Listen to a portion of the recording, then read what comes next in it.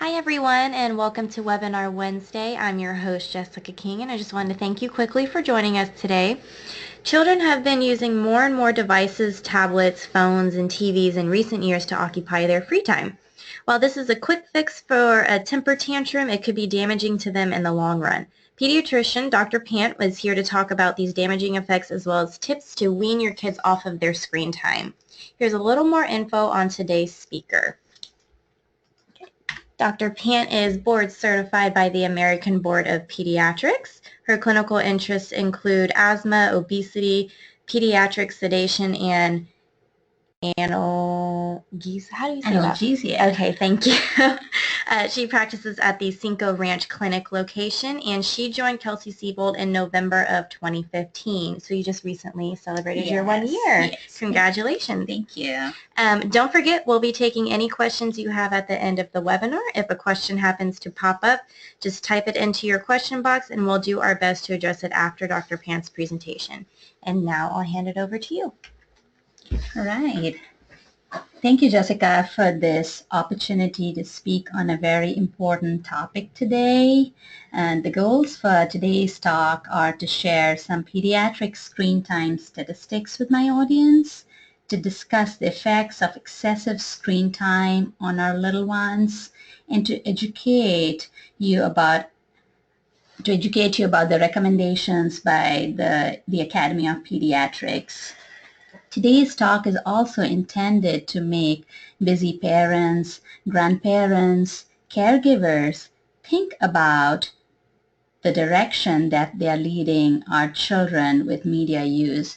The references that have been used in today's talk are from the American Academy of Pediatrics and from the Mayo Clinic. This is my first webinar that I am presenting, so bear with me, and I hope I will be able to give you some good information, and we can incorporate this into our daily lives to help our children and to continue with the good health of our children. That is the goal.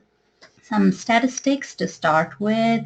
29% of the babies under the age of 1 are watching TV and videos for an average of 90 minutes, and 23% have a television in their bedroom. So we are talking about under the age of 1 children.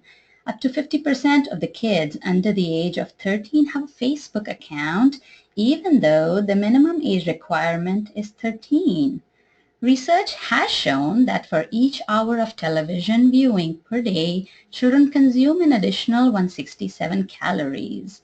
So these numbers that I just told you about, these bother me not just as a pediatrician, but they also bother me as a parent. Too much screen time in children has clearly been linked to obesity, and this is very obvious, and it is more of common sense. It is because of the sedentary lifestyle and less playtime in children. I see more and more sleep issues on an everyday basis in my clinic because of excessive and irregular timings of screen time. We have shorter durations of sleep. We have irregular sleep schedules. An emerging entity with media use is behavioral disorders. We are seeing poor social interaction, and I see this every day in my clinic. Teenagers with poor eye contact because they spend majority of their times on screen, so they either lack the confidence or don't even realize that they cannot speak face to face with another person. That is called eye to eye talk. Then anxiety, mood fluctuations. I'm not saying they have bipolar disorder. I'm saying we are seeing more and more of impulsive bursts in pediatric populations. Loss of social skills has also been reported by many studies. Violence has been linked, and again, if you think about it, the majority of the video games that children are playing, they're very violent. They have guns, they have all kinds of things, and with the amount of time that these children spend with violent video games, it would ultimately affect them. Continuing with the problems of screen time, as a physician, as a parent, I request all the audience today, I want you to go out and educate your neighbors, your relatives, that we need to be aware that screen time reduces unstructured playtime, which is more valuable for a child's developing brain than electronic media. And why is playtime important? While I was preparing for today's webinar, I was a little critical thinking of the situation I found myself in. So today I'm here defending playtime over screen time. So definitely, playtime helps children become creative, solve problems, work well with other children, and form friendships. So playtime is the key or the basis for their social skill acquisition. And research has shown that screen time, especially for children under 3, has been linked to delayed language acquisition.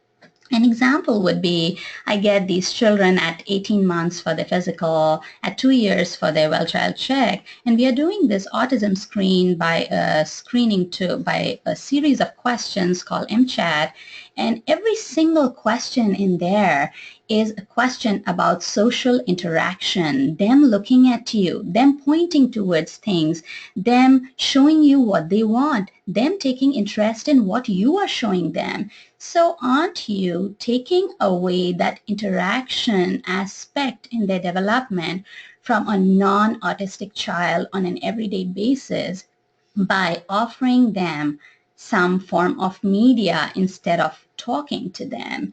Moreover, excessive screen time has also been linked to children not being able to recognize emotion, and the reason is again very obvious. It reduces the face-to-face time that is vital in a child's developmental stage. So before I did my residency, I would take this bus and metro and travel an hour to downtown, from where again I would take a rail. So on numerous occasions I found parents with infants who were drinking their milk from the bottle. The baby would continue to just look at the mom during that 20-minute period of drinking her bottle, and she would try to look at her face, but the mom would constantly be on the phone for that 20 minutes, and once the bottle was done, it went in the bag, and then mom continued to be on the phone. So at least an hour in that metro bus, I did not see an interaction there with that child and the mom. So these are some frightening things that worry me as a pediatrician, and they should start making all the parents, all the grandparents think for a minute as to where we are headed to. So these were some of the facts associated with excessive screen time. How much is too much? This question comes to me every day as a bargain, and you'll be surprised to hear that the bargain is not from children. The bargain is from the parents. According to the American Academy of Pediatrics guidelines recommendations, ages younger than 18 to 24 months should have 0 screen time except for video chatting. Parents of children 18 to 24 months of age who want to introduce digital media should choose like high quality programming, and the Academy of Pediatrics says that the contents of CSAME workshops and PBS are closer to high quality programming, and they should watch it with their children to help them understand what they are seeing. For children ages 2 to 5, you have to limit screen use to 1 hour per day of high quality programs. Parents should co-view media with their children to help them understand what they are seeing and apply it to the world around them. And that way, screen time, instead of becoming passive, it becomes interactive. So you want to change passive use to interactive use, even if you're using it within the guidelines. You have to remember that one approach is not going to work for everyone, because these are different kinds of kids, these are different ages of children, and they have different personalities. So you have to decide how much media to let your child use daily and what media is appropriate. Not all screen time is bad. So by age of two, children can begin to benefit from certain types of programs. If there's music in it, if there's movement, if there are stories, then if you're doing the 1 hour screen time, then it can help them. But keep in mind, more than 20 minutes at a time is going to affect their eyes. So after 20 minutes, please take a break for 20 minutes and then you can come back. You have to be also aware the programs that you allow your children to use have to be supervised. It is very important for a parent and a caregiver to keep that in mind. There are certain things that definitely need to be avoided, and some of them are fast-paced programming because children have a hard time understanding these programs, which may be age inappropriate. That is why supervision becomes important. Apps with a lot of distracting content. There are so many apps there. So please be mindful. Which apps are you downloading on the devices? Violent media. This is very important because violent video games are the majority of video games that are out there that these children buy. So please be vigilant as to how much of violent media are these children using. Advertisements on apps can be a problem because these children don't have that much understanding to differentiate between ads and factual information. One of the examples that comes to my mind when I talk about distracting contents is on an every other month basis, pediatricians see children with fright. So the diagnosis is fright. And the first time I tried to look it up, I wasn't even sure that ICD had that code in it. So there is a diagnosis called fright, and it is secondary to something that children have browsed through Netflix because parents put Netflix, the app is there, and they're browsing in through that, and they go from one movie to the other, to the third, and there can be some disturbing movies, age inappropriate material that they can get access to.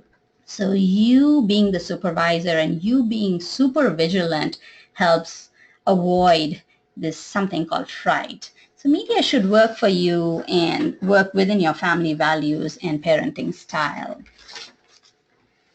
About older children, you have to keep in mind as a parent that the longer your child has used a device, the harder it'll be for you to get them cut it back. So setting reasonable limits early on is going to be definitely the recommendation from me and the Academy of Pediatrics. But certain tips to consider with older children are prioritizing unplugged, unstructured playtime and board games. I don't know if kids play board games anymore. I am pretty sure a lot of parents are still doing that, but that needs to be encouraged. Creating tech-free zones time, such as during mealtime or one night a week, discouraging the use of media entertainment during homework. I do know I have friends, I have relatives, I have family members whose kids are watching Justin Bieber dance while they are doing their math questions on a YouTube. So I don't know how you can justify that. So keep in mind that there cannot be media entertainment during homework. You have to reinforce a weekly screen time limit and curfews as no exposure to devices or screens 1 hour before bedtime. And I know 1 hour may seem like a lot, but it is not. The brain has been tired all day from schoolwork. It needs to unwind and get ready for the next day.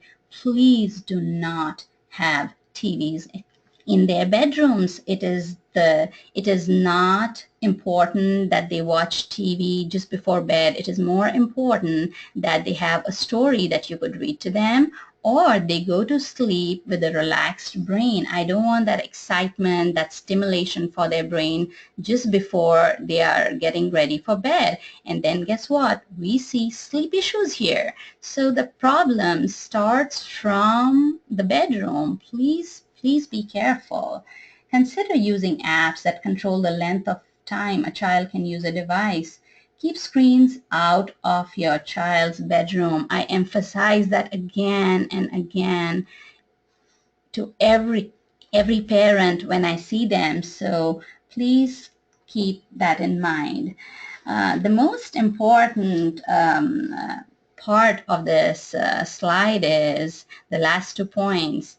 Limit your own screen time. That is important. You cannot underestimate it. If you are on your screen at 9 o'clock when your child is ready to go to bed, then I do not know how you will be able to tell the child not to watch TV in his or her own bedroom. And eliminate background TV. So if you are watching TV at 10 o'clock, then the child is distracted, the child cannot go to bed. So please keep these things in mind with children around.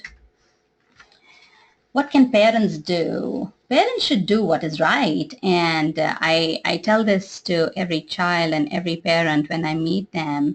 Media use recommendations, media time recommendations are common sense. We shouldn't need an MD to sit and talk here and present this topic, because I would think this is pure common sense, and I would think everybody should be just thinking about it a little more than they are right now. Otherwise, this won't even be a problem. So you have to lead by example. Try not to use your devices in front of your children.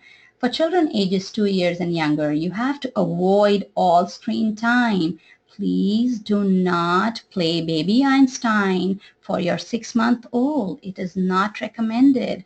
Screen is passive. It cannot be a substitute for mommy or daddy time. They need to learn and remember information from a live presentation than from a video. Co-viewing apps and programs, as we discussed earlier, that can help them understand what they are seeing. One important aspect with the use of cyber and internet is having ongoing communication about online citizenship and safety, including treating others with respect both online and offline. So that is very important. And setting ground rules for media use is a little tip for all of you.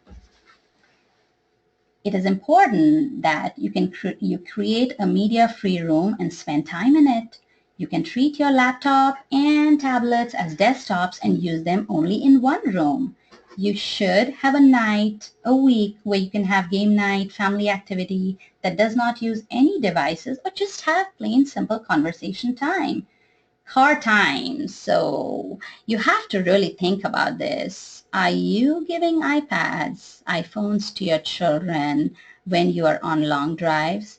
I understand for a little bit within the hourly recommendations, it's okay, but use car time as quality time. Use this time to engage in conversations with your children, and try placing everyone's phone in a drawer during dinner or family time.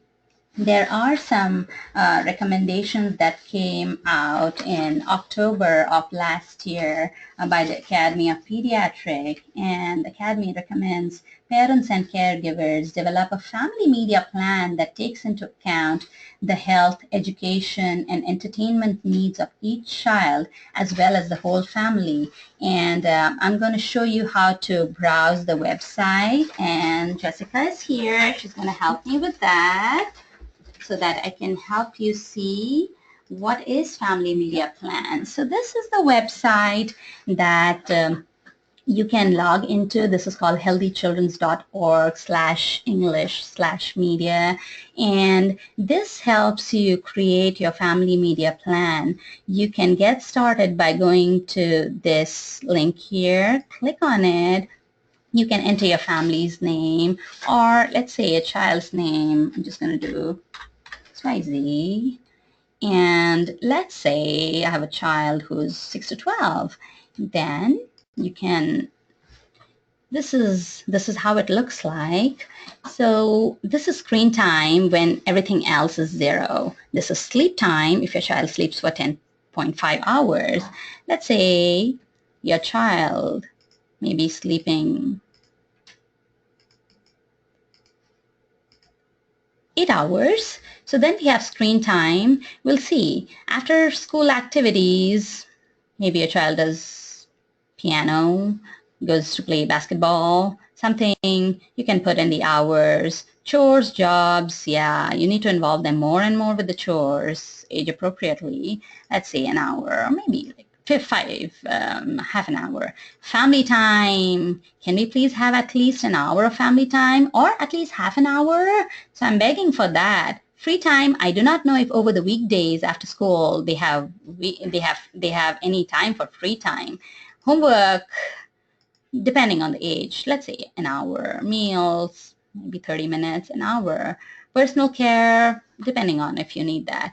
Physical sports activity, let's put an hour, okay? Reading is 30 minutes, I would hope. And then school is a lot. So school is 8 to... That way, when you keep... What I want to show you is when you keep going up, let's say 6 hours. So then you are... I'm going to increase the sleep, has to be a little more. School, yeah, sometimes more. Then all you're left is with 1.5 hours for screen. I would distribute this time and get more on family time. Go down here. I would recommend that this be increased. So then where is the time for screen? Where is it? So this is just one of the things. You can also do a media time calculator. Let's see. This is kind of slow, but it is similar, and this will just, you'll be computing in the hours, and it'll help you estimate the screen time hours. I don't think this is working. No. All right, we'll go back to the presentation.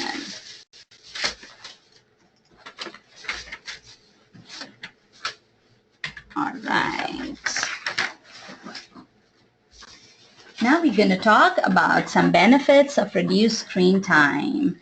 As adults, I think we clearly see and understand the benefits of reduced screen time, but I still have to talk to you about it today. So children who spend less time watching TV in early years tend to do better in school. They have a healthier diet, they're more active, and they're better able to engage in schoolwork in later elementary school. Television viewing at young age is associated with later behavioral problems, and it goes back to what I talked before about anxiety, mood changes, impulsivity, but not if heavy viewing is discontinued before age 6. Limiting exposure to television during the first 4 hours of life may decrease children's interest in it in later years, so that is important. When media is used thoughtfully and appropriately, I think it can enhance daily life. But when used inappropriately and without a thought, it can displace many important activities which are key to a child's overall development. A lot of parents justify media use by telling me that it's helping them advance their IT skills. So IT skills that children learn before the age of 7 will probably not be relevant by the time they reach their teenage years because technology is constantly advancing. So I would again insist and request to not start screen time too early and help develop the critical emotional and behavioral stages in your child first. When you're playing with your children, please look into their eyes, talk to them, sit with them, even if it is just for 10 minutes. Please sit with them, make an eye-to-eye contact with them, and that's very important. It's important and critical to their development, way more than their need for acquiring IT skills. So let's start with that critical stage and doing the right things at that stage, please. So this is the website that I had clicked on earlier. This is just the link to it for all of you to see. And at the very end, before we break for questions, As a pediatrician who takes care of your children's health, I call upon you, all my moms and dads, grandparents, uncles, aunts, caregivers, daycare providers, to balance digital and real life. I want you to pause and think about this pandemic called screen abuse, which is happening for real. I do not want a terminology called media rehab to be in our dictionaries in the next 5 years. And you have to remember that screen is not an infant's pacifier. It is not a toddler's toy. It can't substitute a children's book, and it should never become a teenager's addiction. Please don't wait for a research explosion 10 years down the lane to be your eye-opener. Please use your common sense and wake up. This is a wake-up call. Thank you for listening to me today. Have a great day, all of you. We actually have a couple questions. Can you tell us what some of the signs are that your children are addicted to their devices? All right. So this is a very good question. Addiction to a device, depending on what age. A child who is between 4 to 6 years, if they are throwing constant tantrums for an iPad, and if they have an iPad and mom takes it away, it's been, let's say, 20 minutes, and mom takes it away, and they continue to throw tantrums, the question is it an addiction or is it just a child?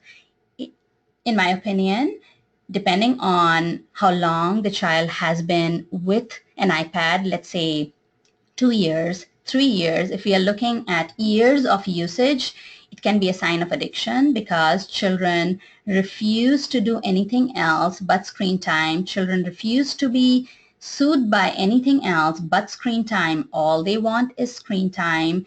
That is their way. They don't want candy anymore. They don't want pacifiers anymore. They just want iPad. And it is a quick fix, and we give it away, and they're good at it. But if it is a child that you have just introduced an iPad, because all children love screen time. All children and all adults love screen time. So when, if you have just introduced it and the child is throwing a tantrum, that's a normal thing. That is just like, hey, I want candy, but mommy doesn't want me to eat candy or doesn't want to give me candy. So you can differentiate by subtle clues, by the duration. So try and check it early on. With teenagers, though, if you find them constantly checking on texts, constantly means every 15 minutes you find them to be on their phones trying to check. And I do have a lot of patients who do that even while they are in an office setting. To me, I decide whether it's a problem. If in my office for 20 minutes they can stay away from their phones, I think they may be fine. But if in those 20-minute duration they constantly need to check their phones while I'm talking to them and their moms, it's a problem. All right, I have one more question. Do you have any suggestions for, say, new parents that can't seem to get their newborn to go to sleep, so they put them in front of a TV and it just makes them quiet? Alrighty. So as we said at the very end, screen is not a pacifier. Please do not use it as a pacifier. Newborns cry. Newborns cry. And newborns have colic. They have all kinds of things. They cry. And 6 months old also cry.